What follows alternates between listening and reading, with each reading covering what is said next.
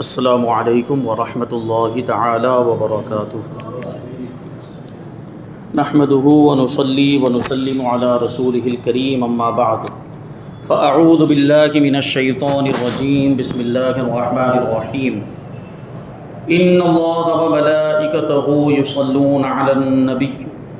یا ایہا الذین آمنوا صلوا علیہ وسلموا تسلیما۔ اللہم صل علی سیدنا ومولانا محمد معدن الجود والکرم وآلہ الکرام وابنہ الکریم وبارک وسلم صلاۃ وسلاما علیک یا رسول اللہ صلی اللہ تعالی علیہ وسلم۔ سورہ بقرہ آیت نمبر 127 کی تفسیر ہے، جس میں خانہ کعبہ کی تعمیر کا ذکر ہے جو حضرت ابراہیم اور حضرت اسماعیل علیہ السلام نے کی تھی۔ اس سے پہلے حضرت اسماعیل علیہ السلام اور حضرت ابراہیم علیہ السلام کو اللہ تبارک و تعالیٰ نے حکم دیا کہ وہ بیت اللہ کو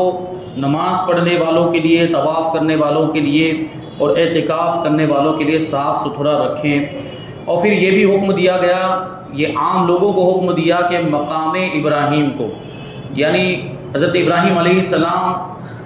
جس پتھر پہ خانہ کعبہ کی تعمیر کے وقت کھڑے ہوئے تھے، وہ پتھر جہاں پر رکھا ہوا ہے اس کو مقام ابراہیم کہا جاتا ہے،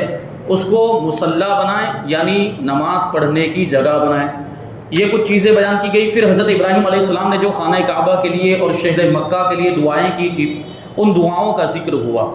اب یہاں سے خانہ کعبہ کی تعمیر کا ذکر کرتے ہوئے اللہ تبارک و تعالیٰ ارشاد فرماتا ہے وَإِذْ يَرْفَعُ إِبْرَاهِيمُ الْقَوَاعِدَ مِنَ الْبَيْتِ وَإِسْمَاعِيلُ رَبَّنَا تَقَبَّلْ مِنَّا إِنَّكَ أَنْتَ السَّمِيعُ الْعَلِيمُ۔ اور جب ابراہیم اور اسماعیل اس گھر کی بنیادیں بلند کر رہے تھے، یہ دعا کرتے ہوئے اے ہمارے رب ہم سے قبول فرما، بے شک تو ہی سننے والا اور جاننے والا ہے۔ یعنی خانہ کعبہ کی تعمیر کی یقیناً یہ بہت بڑا کام تھا، بہت بڑی عبادت، خانہ کعبہ کو تعمیر کرنا۔ اب آپ خود ہی غور کریں کہ مسجد کو تعمیر کرنے کا کتنا ثواب ہے۔ عام مساجد چاہے وہ کسی بھی علاقے میں ہو، مسجد کو تعمیر کرنے کا کتنا بڑا ثواب حدیث پاک میں فرمایا گیا کہ جو کوئی مسجد کو تعمیر کرے تو اللہ تبارک و تعالیٰ اس کے لیے جنت میں محل تعمیر فرمائے گا۔ تو یہ عام مساجد کو تعمیر کرنے کا یہ ثواب ہے، تو جنہوں نے مسجد حرام کو تعمیر کیا ہو تو وہ کتنا عظیم کام ہوگا، کتنی بڑی عبادت ہوگی۔ یقیناً حضرت ابراہیم علیہ السلام اور حضرت اسماعیل علیہ السلام دونوں نے مل کر خانہ کعبہ کو تعمیر کیا، اس کی بنیادوں کو وہ بلند کر رہے تھے، اس کا ذکر یہاں پر ہے۔ تو اس کے بارے میں فرماتے ہیں کہ پہلی مرتبہ خانہ کعبہ کی بنیاد حضرت آدم علیہ السلام نے رکھی فرشتوں کے بتانے کے مطابق، اور طوفان نوح کے بعد پھر حضرت ابراہیم علیہ السلام نے اسی بنیاد پر دوبارہ خانہ کعبہ کو تعمیر کیا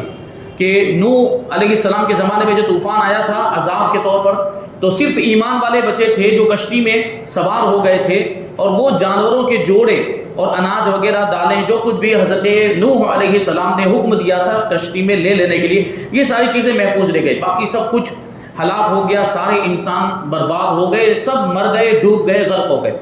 اسی میں خانہ کعبہ بھی وہاں پر موجود تھا، لیکن خانہ کعبہ کی عمارت کو بھی اس طوفان کی وجہ سے کوئی تکلیف نہ پہنچے، اس لیے فرشتوں نے اس عمارت کو عرش پر اٹھا لیا تھا۔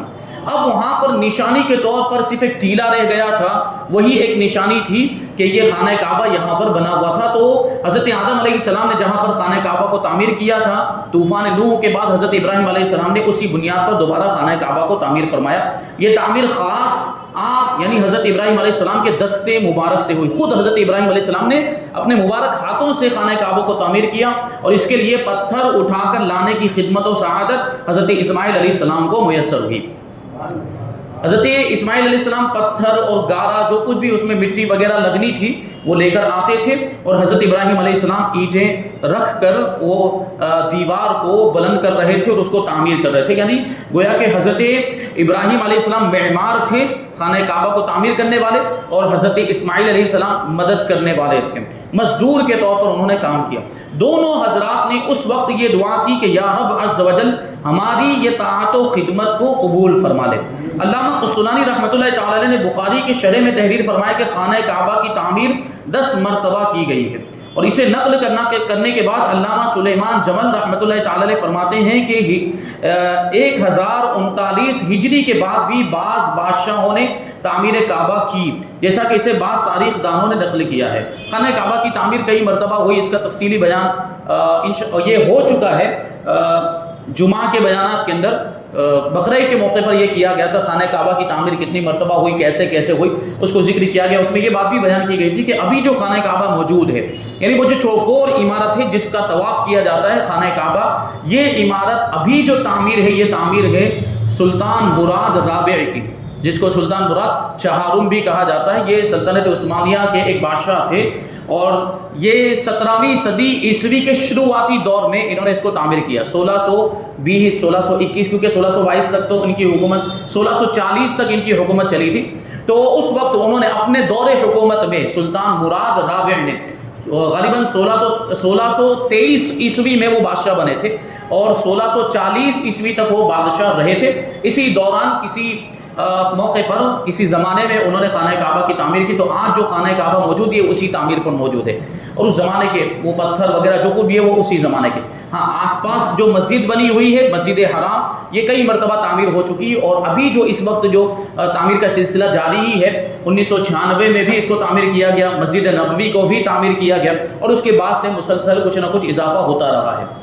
تو اس آیت سے یہ بھی معلوم ہوا کہ مسجدوں کی تعمیر نہایت اعلیٰ عبادت اور انبیاء کرام علیہ السلام کی سنت ہے۔ دیکھیے حضرت ابراہیم اور حضرت اسماعیل نے ایسی مسجد کو تعمیر کیا جو ساری مسجدوں میں سب سے افضل مسجد ہے۔ تو اس سے کیا پتہ چلا کہ مسجد کو تعمیر کرنا یہ بہت بڑی عبادت ہے، ثواب کا کام ہے، نبیوں کی سنت ہے۔ صحیح بخاری میں ہے کہ حضور پنو صلی اللہ علیہ وسلم نے مسجد نبوی شریف کی تعمیر میں بذات خود حصہ لیا تھا۔ حضور پاک صلی اللہ علیہ وسلم نے مسجد نبوی کی جب تعمیر ہو رہی تھی تو اس میں خود حصہ لیا، اینٹیں اٹھا کر لاتے تھے اور اینٹوں کو دیواروں پر نصب کرتے تھے۔ یہ کام حضور پاک صلی اللہ علیہ وسلم نے خود کیا ہے مسجد نبوی شریف کی تعمیر میں۔ اب آپ خود ہی غور کریں کہ مسجد نبوی بھی کتنی عظیم مسجد ہے، کتنی فضیلت والی مسجد ہے۔ تو یہ مسجد اور اسی طریقے سے عام مساجد کو بھی مسجد ہونے کی حیثیت سے بڑی فضیلت حاصل ہے۔ تو مسجد جو تعمیر کرتا ہے اللہ تبارک و تعالیٰ اس کو دنیا اور آخرت کی برکتیں عطا فرماتا ہے۔ مسجد میں جو تعاون کرتے ہیں، مسجد میں کسی بھی طرح کا کچھ حصہ لیتے ہیں، مدد کرتے ہیں، تو اللہ تبارک و تعالیٰ